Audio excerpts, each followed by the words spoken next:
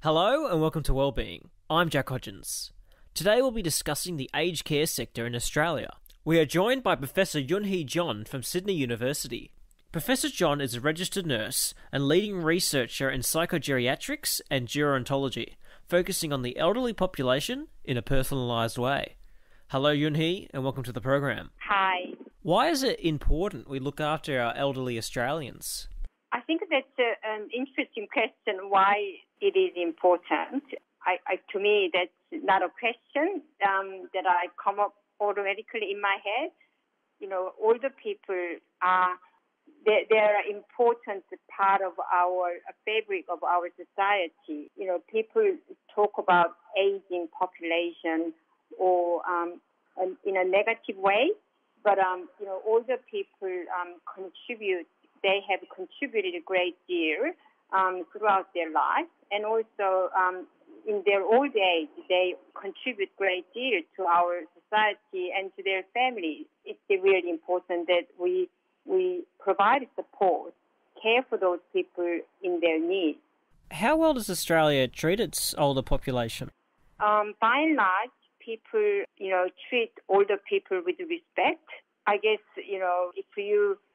I'm from South Korea, and I guess sometimes have this view that in countries like South Korea, we respect our older people more than, countries in the Western world. I've been living in this country for over 30 years now, and I see that where I live, a lot of older people around us, they are, respected and supported, and I guess, kind of a case across all the, society. And I guess we hear about different perspectives and thoughts around how older people should be treated. But if you ask me my personal view of my personal experience, then I see that in Australia, older people are valued for their contribution, but also they are treated with respect. It's just unfortunate it's not across the whole sector. What does the term aged care actually mean? Like, what does it look like in the real world? 2 in 5 older people that they report they need in some form of assistance. So whether that domestic care assistance or the personal care assistance or clinical care assistance. So if you think of our older population broadly, people need some form of support, and much of that need for support is provided by family members, friends, and neighbors, but not everyone's care needs fully met by those informal supports around them. When you think of older people who are in need of care, so when I said around the 2 in 5 older people, that means the 3 in 5 older people don't necessarily need any support. So we're talking about a particular group of people who need assistance or support in some way. Aged care is designed to support those people, and the aged care can be offered in the person's own home or in hospital under the notion of aged care. But if you go to hospital, there are aged care wards. And also aged care is also provided in a residential care home setting. When we talk about aged care in Australia, I think people instantly think of community aged care and residential aged care. What kind of facilities and activities are available for those in aged care? There are many different types of support services available. So if I start with the in-home, depending on the person's care needs, there is a program called Commonwealth Home Support, and it's a kind of entry-level support service to help people remain at home and with a level of independence. And so, this is a kind of a very basic level support. It could entail domestic support, cleaning, gardening, or it could be about some form of personal care, showering. It could be social support. and it could be sometimes allied health support and respite for carers. These are the kind of types of support for people who require some form of assistance without high-level or complex care needs. There are also services called home care packages, and there are level 1, 2, 3, 4 different types depending on the person's care needs. And so it's a kind of next-level care from community home support program. So home care packages are designed to provide care for older people who have complex care needs, and that could entail personal care and support services that I mentioned earlier for Commonwealth home support programs, but also clinical care by registered nurses, for example, and also allied health services. And also home care packages entail other social support, depending on individuals' needs. These are the kind of the most commonly known support services under the umbrella of aged care in Australia that happen in the community. But then once the care at home is no longer sufficient to support the person, then the person has to, make a decision to go into aged care home setting. So that's we used to call nursing homes a while ago, and I know still people call nursing home, but formerly it's residential aged care home. You're listening to Wellbeing, where we are discussing the aged care sector in Australia. My guest today is Professor Yun-Hee Jeon from Sydney University. Let's talk about your story for a moment. What is your background with the aged care sector and why did you get involved with it? I was trained registered nurse in South Korea, and I came to Australia to study further outside Korea. I guess, when you're young, you want to explore the world and you want to learn about different things in different countries. So I chose to come to Australia. So I continued my nursing studies, and I guess, when I was doing my PhD in late 1990s, I was really interested in the way that older people with mental health issues are supported in the community. And that really started kind of, my interest in the care of older people. And I guess since then, when I finished my PhD, I kind of started having more interest in people living with dementia. Dementia is an area that 30 years ago, when I was doing my nursing, program in South Korea, we learned little about dementia. When I started learning about person-centered care in 1990s, it really drew my interest and attention to the way that, how much we can do and how that is going to impact or support the person's, quality of life. It's something that I had never thought about until I actually learned about person-centered care by Tom Kitwood. And that really taught me, as a registered nurse, I can do something to actually, help someone's quality of life, not just by clinical work, but having an understanding of the person's needs and concerns and the preferences. And so that was the kind of the beginning of my journey. And so it was kind of late 90s and early 2000s. And I also found extremely important that we provide support to the person and their family. I was trained qualitative research, meaning that I conduct a lot of interviews with, people with lived experience, whether they have mental illness or dementia, or whether they are family carers. And when you talk to them, when you listen to their stories, it kind of gives you some form of conviction in a way that, they have been extremely generous in the way that they share their stories with me. And I'm sure that while they were sharing their stories, that they had a hope. Whatever the information they were giving to me, they were hoping that something would be done to make a better place or to help other people. So, when you do survey, you don't get that kind of close connection to those people with lived experience. But when you interview them, there are many moments, people, sometimes they, were in tears, but they really want to talk. And I know the reason they want to do it is because they want to, make a difference by being part of that interview.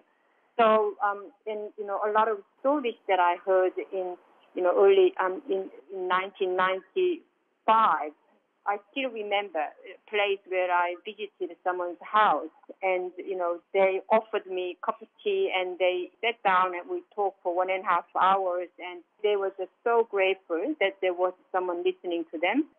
I guess my interest was not just because of my clinical, exposure in the care of older people, but also, having the connection with the families and people in their own home environment and listening to their stories. And often those stories are very sad, but other times that you hear that, why they do what they do, and that really motivates us. And my qualitative research, I've been continuing my qualitative research until now, and I will continue my work, but I also do clinical trials, and but I have to say that this, human contact, working with people living with dementia and their families, or people living in aged care homes, listening to them, I feel I, owe a great deal to them because they've helped us better understand. Moving forward with how we approach aged care, what innovations in the future are going to happen or creative new ways that are going to change how we approach that sector? I guess there are so many areas that we can do better. I guess one is to do with the way we see aging and dementia. I guess when we talk about aged care, we can't necessarily separate dementia care from aged care. 50% of people living in residential aged care are diagnosed with dementia, and we know additional 20 to 30% of people in residential aged care have some form of cognitive impairment and undiagnosed dementia. And I guess when I think of aged care and dementia care, what I would really like to see is the way our society sees aging and dementia would need to change. I think the change is happening. It's very slow, but I can see that people are talking more about positive aging or living well with dementia, and it's giving people hope that, going into residential aged care or getting a diagnosis of dementia is not the end of life. There are so many things that they can do to live well in a care home setting and in residential aged care home, and even at home when people have a diagnosis of dementia. Sometimes people don't think that there is anything that can be done, but there are so many other things that can be done, and we call it reablement program or rehabilitation approaches. So these are the areas that we really need to normalize in the way that we provide support. Between 2016 and 2018, I conducted a study in New South Wales, and I interviewed over 100 people who are living in residential aged care homes or in their own homes in the community. And I talked to so many people who, if they were living at home, some people were very, proud of the fact in their, 90s, they are still able to maintain their independence. Of course, they were receiving home care support or home care packages, but they still had that sense of, I'm proud, I can stay home and I am doing these things in my own home. And they really showed me how they can actually maintain their independence.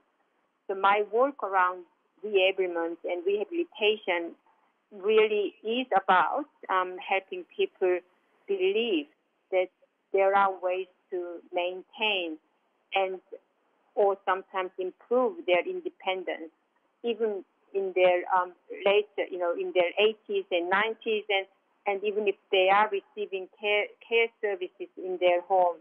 So what I'm trying to say is that it's not a kind of innovation per se, but it's the way that our society, all the people themselves as well, and our families, the way that we see and approach aged care has to really change so that people know that care is not just about passive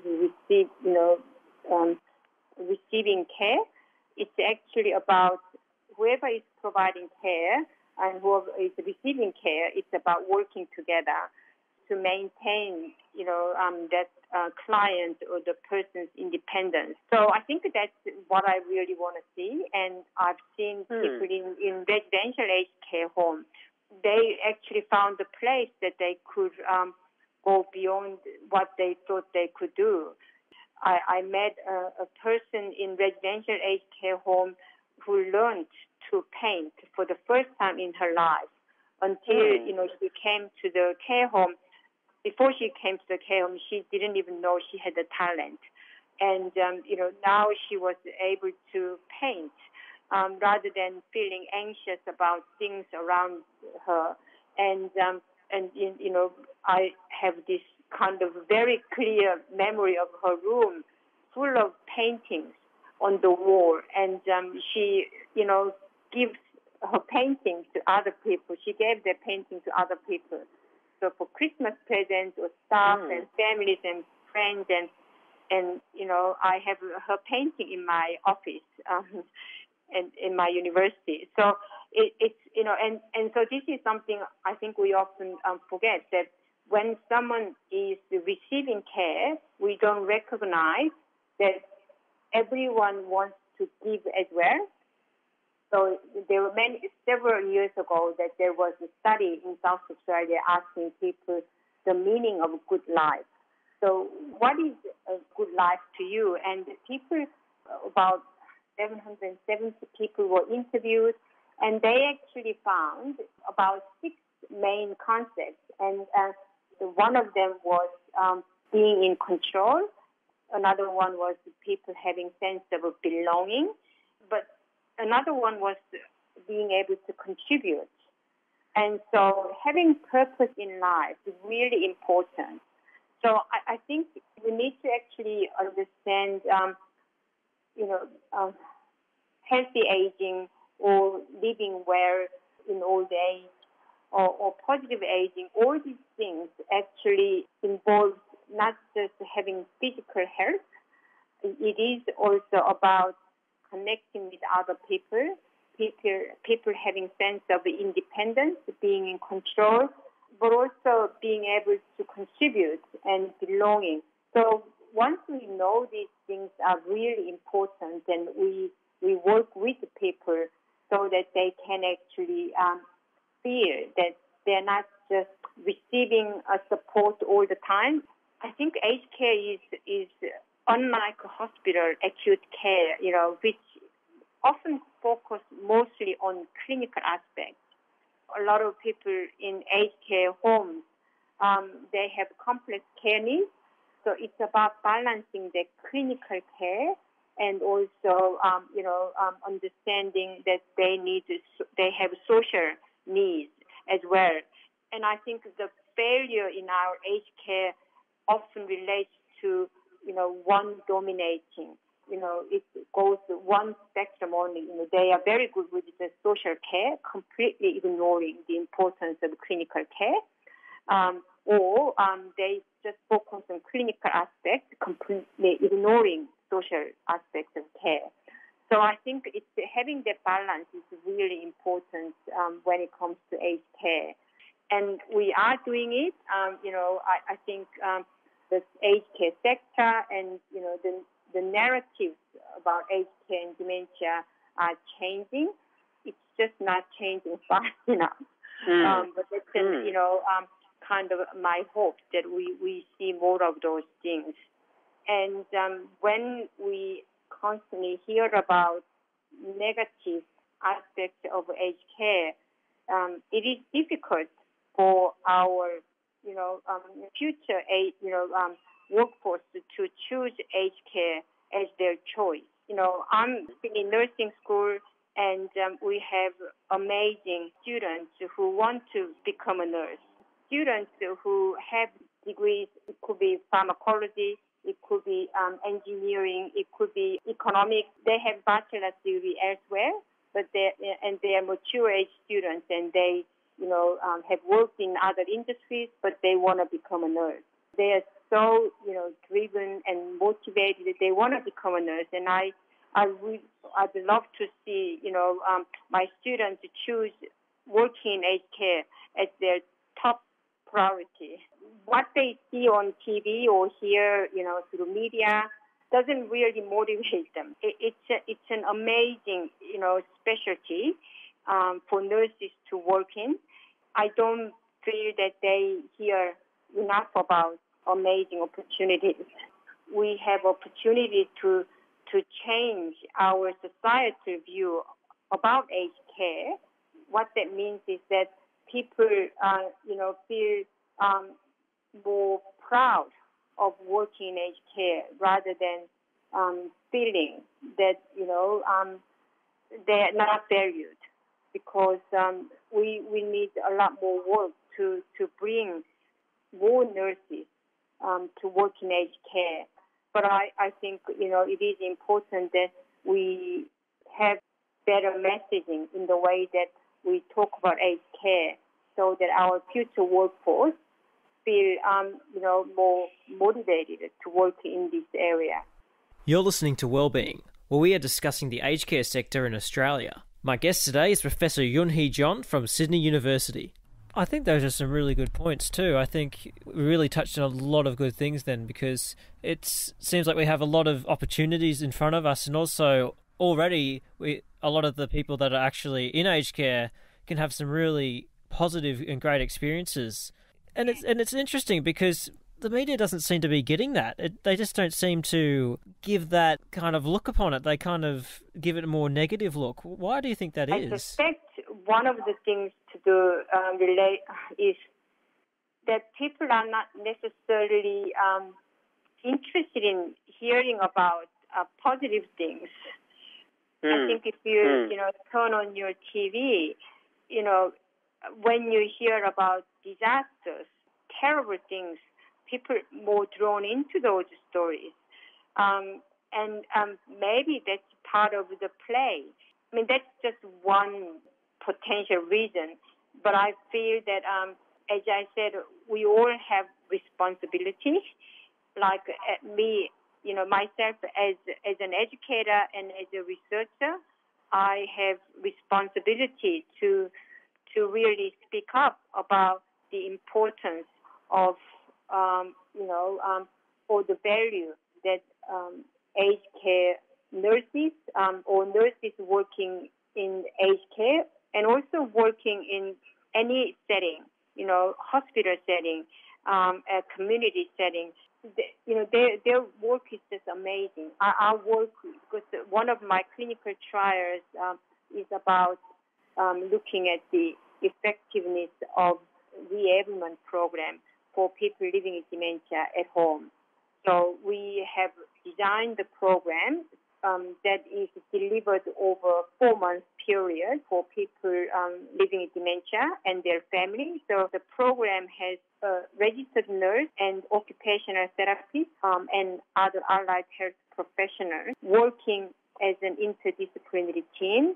So what I'm trying to say is that we often forget the fact that there is a science behind in the way that nurses and OTs and other allied health professionals provide care to help someone maintain and improve their independence.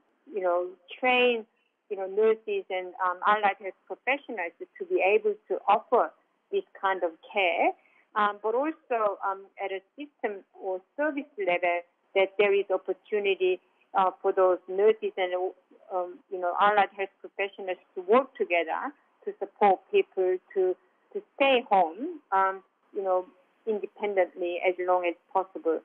So I guess it is really important that we give our aged care workforce a hope, and there is a future.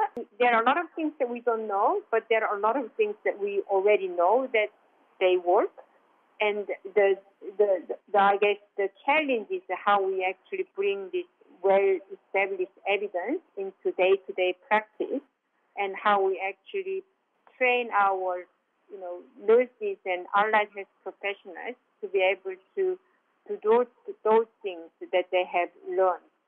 Well, thank you for sharing your insight with us today, Yun-Hee, on the aged care sector in Australia. We appreciate you taking the time. Thank you. My guest today was Professor Yun-Hee Jeon from Sydney University. Thank you for listening. I'm Jack Hodgins, and all of us at Wellbeing wish you well.